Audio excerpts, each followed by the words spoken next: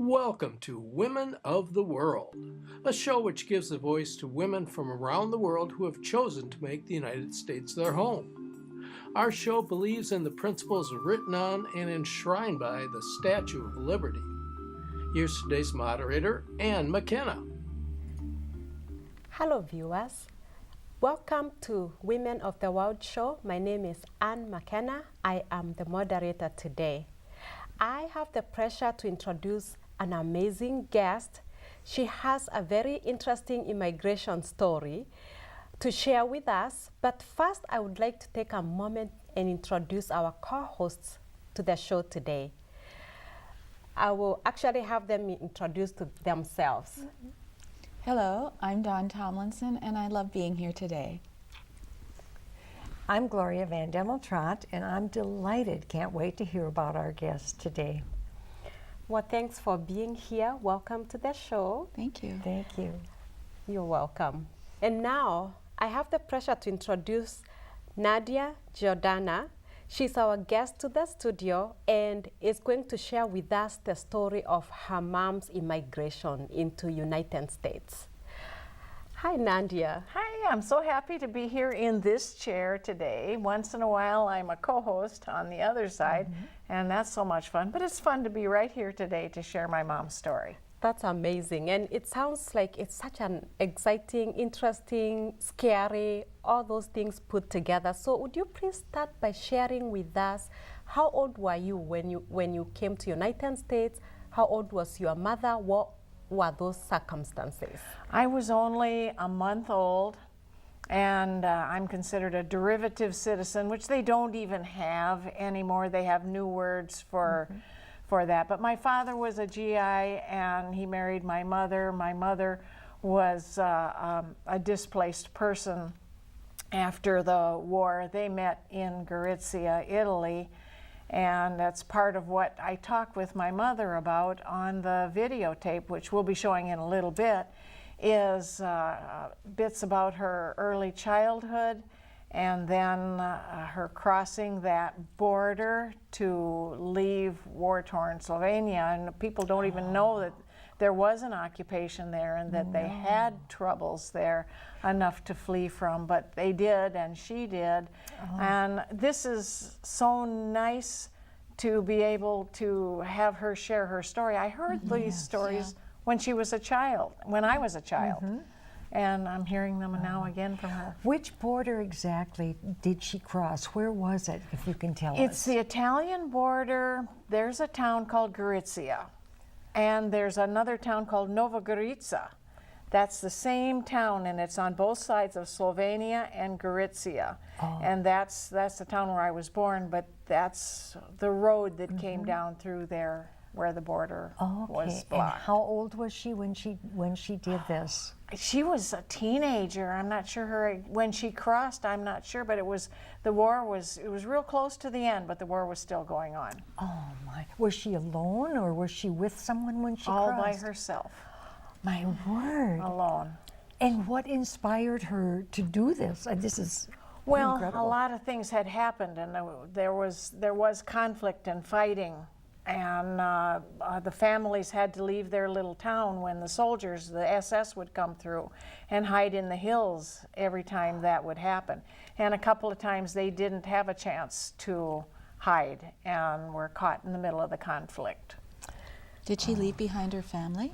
She did leave behind her family, her mother and her brothers, and one sister was already gone, but her mother and her brothers she had to leave behind, yeah. Oh, that's so brave. Well, the intriguing thing is a teenage girl crossing the border, and you are saying that it was dangerous. Yes. Yes, she had no papers, so they would have either put her in jail or whatever they did in those days, or shot her. What she expected was to be shot. She said, if they shoot me, they shoot me. I asked her as a child, I said, why did you go across? And she said, well, I had to. She said, I would be hurt staying or I would be hurt crossing. She said, I had to take the chance. Was she in school at that time? She didn't get much schooling because of the poor situation. Her mother was poor, her father had died. So she only had a second grade education. She was farmed out as a little child, and I don't think she talks about that in this interview, but to work for local families, and they were supposed to send her to school, but they didn't. Oh, So they were using her for child labor, really. Yeah, it was. It was, yeah. was she able to continue her schooling then when she got to Italy? No, not very much, because she was a young adult, and you know, it was post-war and all the things that happened, and then of course eventually she became a mother. Hello. Yeah, yes. And that got in the way, but so not very much. How brave she was. I think about that and what, so she was aware of how terrible and how dire the situations were at that time, but to have the gumption to go alone. Yeah. Wow. Where were her parents at that time? Her father was dead, and her mother was at home and understood. You know, she just said, I have to go, I have to leave. Her mother understood because of all the things that were happening. Oh, Yeah. okay. It's such inspiration, because I think so oftentimes we get caught in fear and get paralyzed instead of taking the step like she did. She said, if I stay, I'm gonna get hurt. Yeah. And if I go, I'm gonna get hurt. So I'm gonna go where there's a chance anyway. I love it. It's so inspiring. Yeah, very true. What a courageous woman. So what is your mom doing now? She just recently moved in with me. Of course, she's had a long and happy life with my father, who it took her to Alaska for part of their life, but he passed away a year and a half or so ago. So she's been living in her own home up until just recently. Now she's living with me, and it's been just a delight for me. How wonderful for the two of you to connect and be together to talk just about these hanging things. out is what we're doing lately. And you have recorded this story. Yes. So it would be nice to hear it. So let's hear that story now. And to our viewers, we are going to turn and listen to this amazing story, and we will be back in the show. Let's talk about your childhood. You were born in Italy. Italy. Well, I was born in Italy. You were born Yes, that was Italy where I was born. in The part I was born in Slovenia. yeah, It was Italy then, in 1927. 1927. Okay, so the borders changed from time to time. Yes. All right, I've always thought of it as Slovenia and No. Yugoslavia, but it was actually Italy at the time. It was actually Italy, and later during the war, you know, with Germany and Slovenia and all that, it turned into Yugoslavia. And after that, when the border changed, then, you know, they got straightened out, and here comes Slovenia. Yeah, which is what it is today. What it is today. Well, Yeah, and when you were a child, what was your childhood like before the war years? well, we were poor. My mom was a widow. She had 5 kids to raise, and of course, my dad, it was old, and he was sick all the time. So He was older, wasn't he? He was an arranged marriage. He was older. Oh yeah, I think 16 years older, older, I'm not sure. And so she had to provide for the food for the kids. Now, like my sister, she went, my aunt and uncle took her and put her through schooling and all that. And of course, she had other kids, you know, she had me, and well, we were about 5 or 6 kids, and no, she didn't. She raised the food what she could, but you know, like corn for the cornmeal or wheat, you know, for the white flour. So she had to go around. I remember now that I walked with her and have a little sack, and we went like, well, bagging. That's what it was. Yeah. And you know, for house to house, and then they give you a ear of corn or a fistful of beans, you know, or wheat, whatever it is. And I had a little bag to go in the back of my back, and Mom too, she had a bigger bag. And so, but that's how she provided for us so she could have the food. And after we gathered all that, we went to the grain mill to take the grind all that stuff and took it home. And then, well, she cooked it, you know, for us kids. And it was 3 boys and 2 girls to raise.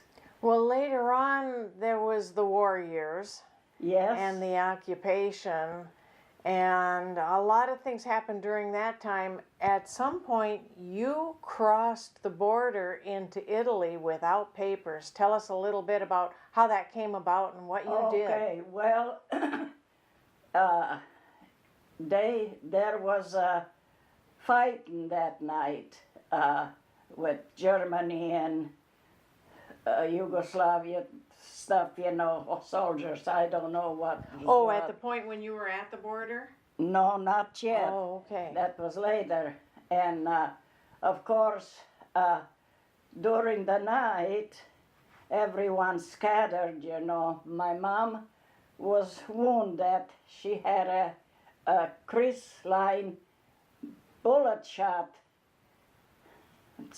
It wasn't hurt, but they parted her hair. Yeah. Yeah, and so at that time I decided to cross the border and left up there my own home in Lokwa and walked down through. There was a little trail that went down to the highway, and of course when I came down lower in Italy, I didn't walk on no little trails or anything because there was German soldiers all around.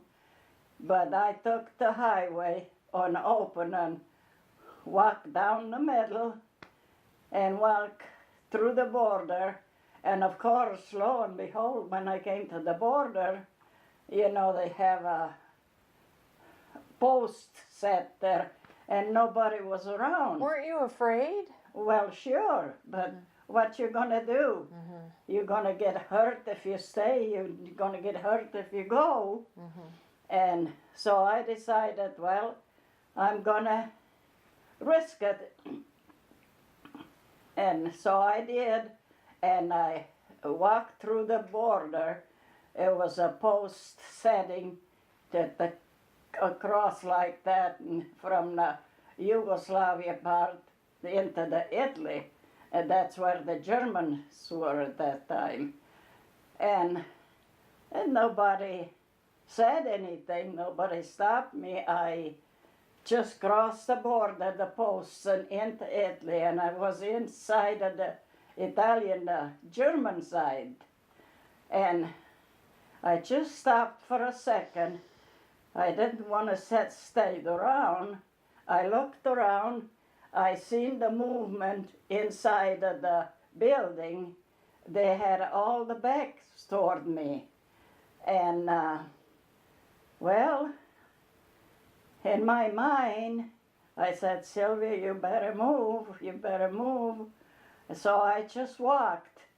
I walked through the posts and out, and then I didn't hear anything. I didn't turn around or anything, and just walked and walked and walked for a long ways till I couldn't see anything back of me. And I was into the Italian, the German occupation part. And You had a sister in Italy that you knew you could go yes, I got a sister, to. An older sister. Francesca. Yeah, she was there, and I walked there. And of course, when I got into the city, Gorizia, there it was soldiers all around, walking around in all different shape of form, you know. Well, anyway, I kept going, and I come. My sister had an apartment. It was a hill, and on top of it was a castle, and down below the castle was houses. So that's where low ground, she had an apartment. So I got there, knocked, and she didn't open the door right away. And so I started talking. Finally she did, and that's how I got there in Italy and stayed. So you were in Italy then for a while before you met your husband, Norman Wilkins. Yes. Tell us about that, and subsequently how you got to the United States. Okay, well, I at that time, you know, all the girls there in Gorizia, every Saturday, well, not every Saturday, once a month, the Red Cross came, and a place there they had for the pick up the girls for dancing, and they went up to the mountains where Dad was posted, and for dancing. So that's I didn't went right away the first time the girls went, but later I did, and I didn't know anybody at that time. Well, all my girlfriends had a boyfriend, and well, we went to dancing, and I went there, and I just sat there on a bench. They had a bench, and there was a table that was a bunch of GIs, and they were drinking beer and I remember Coke. And of course I didn't know anybody. I sat on a bench on the side, and then after a bit, one of the GIs come and asked me to dance. So I went. It was a waltz, and he was a very good dancer, and at that time I loved to dance. And of course we danced a couple dances, and he came back and danced again with me. And then at that time we were dancing, and he twirled me around and bent me down real low and gave me a sloppy kiss. Mm-hmm. Well, I didn't like it, so I pulled back and gave him a slap. Mm-hmm. And I went to sit down on a bench. Then after that, I didn't. I slapped everybody away. So I just sat there, and all the girls had a boyfriend, and they were all in where Dad was stationed. So in a little bit, everyone was dancing. Dad come and ask me if I want to sit down at their table with my girlfriends. I said yes. So this was Norman. Yeah. This was Norman. Norman. And he asked me if I want a beer. No, I said, I don't want no beer. He didn't drink beer, but he drank beer. And well, I said, well, he said, you gonna take a Coke? Yeah, I said, I'll take a Coke.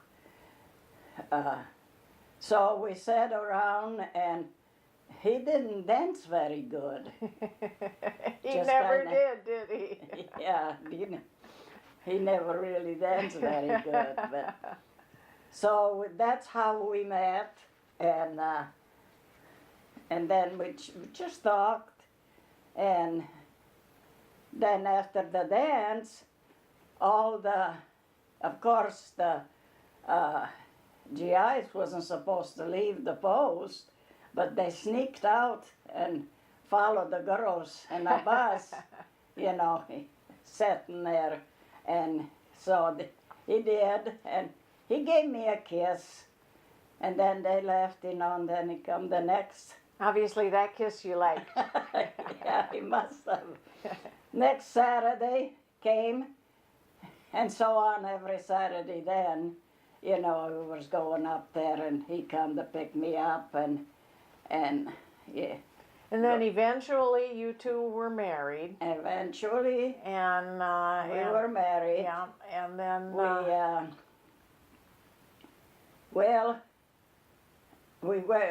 that was all in, I can't remember, well, that doesn't matter the date. But anyway, yeah, that's how we met. And eventually,